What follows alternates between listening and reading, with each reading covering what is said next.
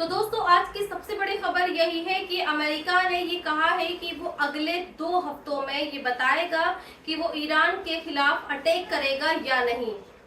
कल जब ईरान ने इजराइल पर सबसे बड़ा अटैक किया और इस अटैक में इजराइल के एक अस्पताल के नीचे आईडीएफ के खुफिया ठिकानों को निशाना बनाया, तब ये लगा कि अमेरिका ईरान पर सीधे हमला करेगा। लेकिन आज सुबह व्हाइट हाउस की प्रेस सेक्रेटरी कैरोलिन आती है और ये बताती है कि वो डोनाल्ड ट्रंप का मैसेज लेकर आई है और डोनाल्ड ट्रंप ने ये कहलवाया है कि अमेरिका सीधे तौर पर ईरान और इजराइल के बीच जारी युद्ध में शामिल होगा या नहीं, इसका फैसला अगले 2 हफ्तों में लिया जाएगा। कैरोलिन ये भी बताती है कि चूंकि ईरान के साथ नेगोशिएशन यानी बातचीत की गुंजाइश कम है और ईरान फ्यूचर में भी बातचीत के लिए राजी होगा भी या नहीं, इसका भी कुछ पता नहीं। लिहाजा ट्रंप इस युद्ध में सीधे तौर पर शामिल होने के लिए 2 हफ्ते का वक्त मांग रहे हैं। लेकिन जानते हैं हकीकत क्या है?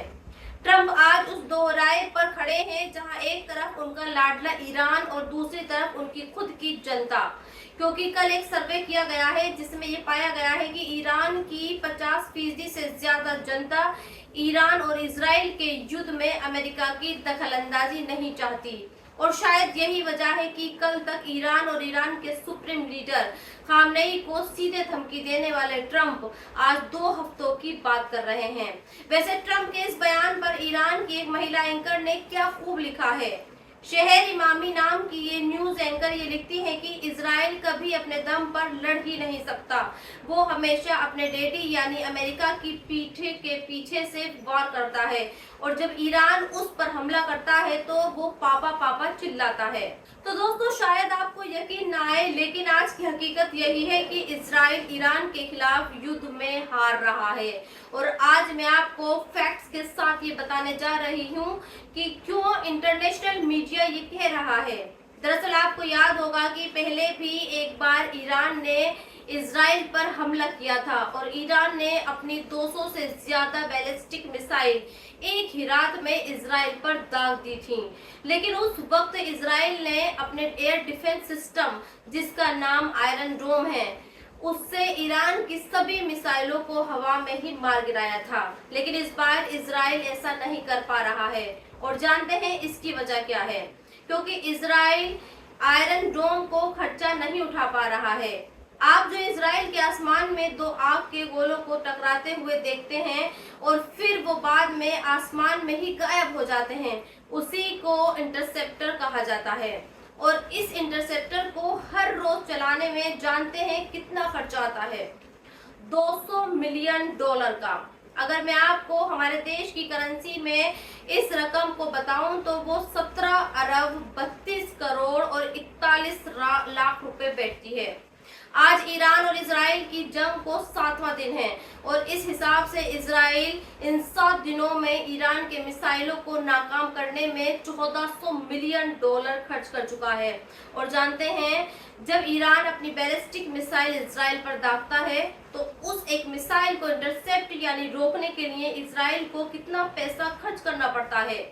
करीब 30 लाख डॉलर।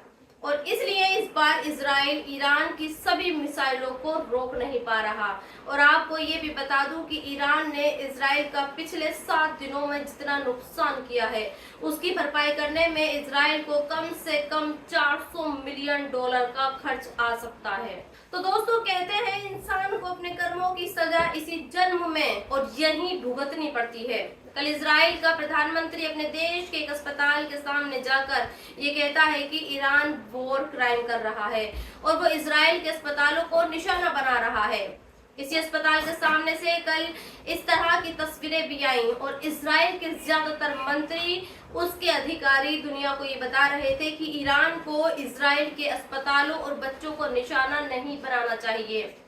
लेकिन अल जजीरा नाम के एक इंटरनेशनल न्यूज चैनल ने ये रिपोर्ट छापी है कि इजराइल के गाजा के तकरीबन हर अस्पताल पर बमबारी की गई है और इतनी खतरनाक बमबारी की है कि उसके हर अटैक में अस्पताल में दर्जनों लोग मारे गए हैं।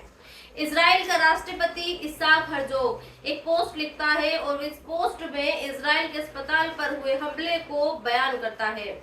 आज मैं इजराइल के इस राष्ट्रपति की पोस्ट आपको पढ़कर बताती हूँ और मैं ये चाहती हूँ कि आप इस दौरान गाजा के उन अस्पतालों में लगे लाशों के ढेर के मंजर को रिकॉल करें जो इजराइल की वॉर क्राइम की वजह से पेश आया था।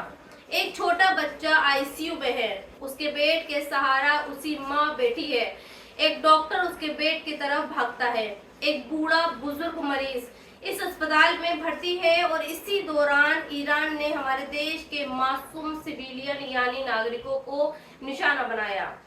सोचिए, इस नामुराद को अपने अस्पताल दिख रहे हैं और उन अस्पतालों के मरीज दिख रहे हैं, इसे कभी गाजा के अस्पतालों में लगे लाशों के ढेर नहीं दिखे और इजराइल ये कहकर हर अस्पताल को निशाना बनाता रहा ये अस्पताल के नीचे हमास के अड्डे हैं।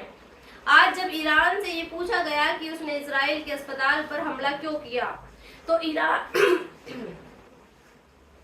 ईरान भी यही कह रहा है कि उसे ये इंफॉर्मेशन मिली थी कि इजराइल के इस अस्पताल के नीचे आईडीएफ का ठिकाना था और उसने हमला अस्पताल पर नहीं बल्कि आईडीएफ के ठिकाने पर किया है।